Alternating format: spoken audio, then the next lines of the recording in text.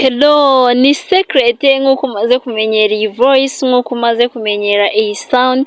Uyu ni Umusanzu Media. Banza ukore subscribe niba utarayikora, ukande like niba ibiganiro dukora bikunyura. Niba ufite igitekerezo cyangwa inyunganizi, watwandikira hano hasi muri comment.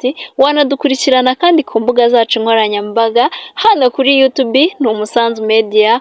Kuri website ni Umusanzu Media, wanadukurikira kandi kuri WhatsApp channel yacu, wajya handitse update cyangwa status bitewe n'ubwoko bwa telefone yawe, ubundi ukandikamo Umusanzu Media bihita byikora. Kurota ukagira inzozi mbi igihe uryamye ni ibintu bisanzwe ndetse nta muntu bitabaho, ariko uzumva hari uvuga ati narose nabi. Aho umuntu aba yagize inzozi mbi kenshi ziba ziteye ubwoba. Ese wari uzi ko kugira inzozi mbi byongera ibyago byo gupfa vuba? Ubu rero ni ubushakashatsi bwakozwe. Ushobora gutekereza ko ari ukugira inzozi bisanzwe gusa, ariko ntabwo ariko bimeze, kuko izi nzozi zigira ingaruka mbi ku bice by'umubiri nk'ubwonko. Ibi bishobora kugira ingaruka mbi ku mubiri wose, bikongera ibyago byo gupfa vuba.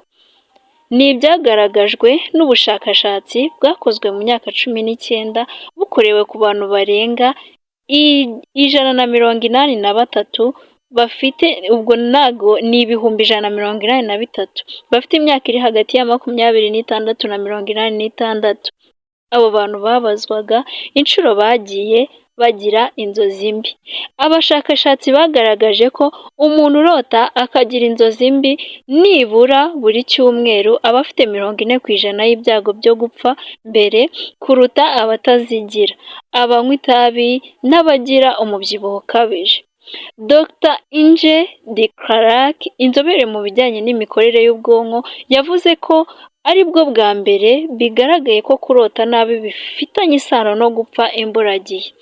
Yasobanuye ko impamvu yabyo ari uko iyo umuntu ari kurota nabi, ubwonko butekereza ko ibyo bintu biri kuba bya nyabyo kuko butamenya ko ari inzozi.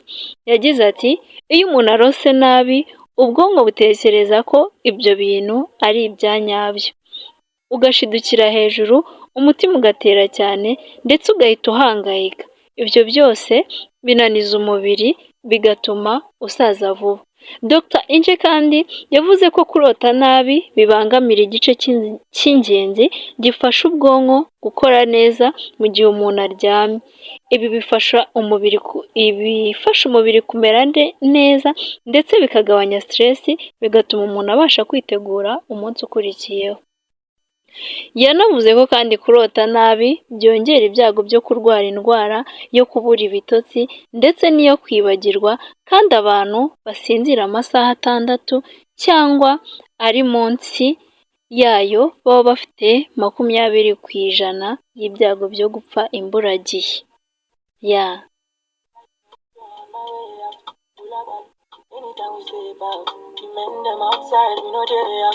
Ni mu gihe abasinzira amasaha 5 cyangwa munsi yayo baba bafite 45% y'ibyago byo kurwara umutima.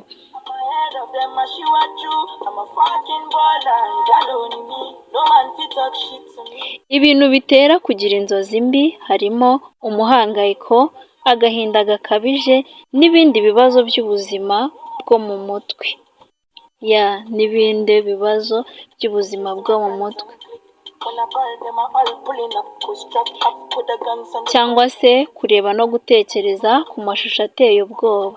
Abafite iki kibazo bahabwa inama zo kumenya igituma bagira inzozi mbi.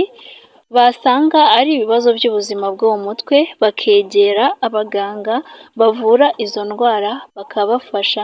Naho abasanze ari ukubera ibintu biteye ubwoba, bakirinda kujya babireba. Ngaye nguko rero, niba utaruzi ko kugira inzozi mbi za buri gihe cyangwa se kurota nabi, ibyo tuzi nka nightmares, bishobora gutuma usaza vuba ndetse ukanapfa imburagihe. Nari Secret rero nk'ibisanzwe, tuzongere duhurire hano ku Umusanzu wacu Media, nkomeza kugutamo imizigo iri hard. Ciao ciao.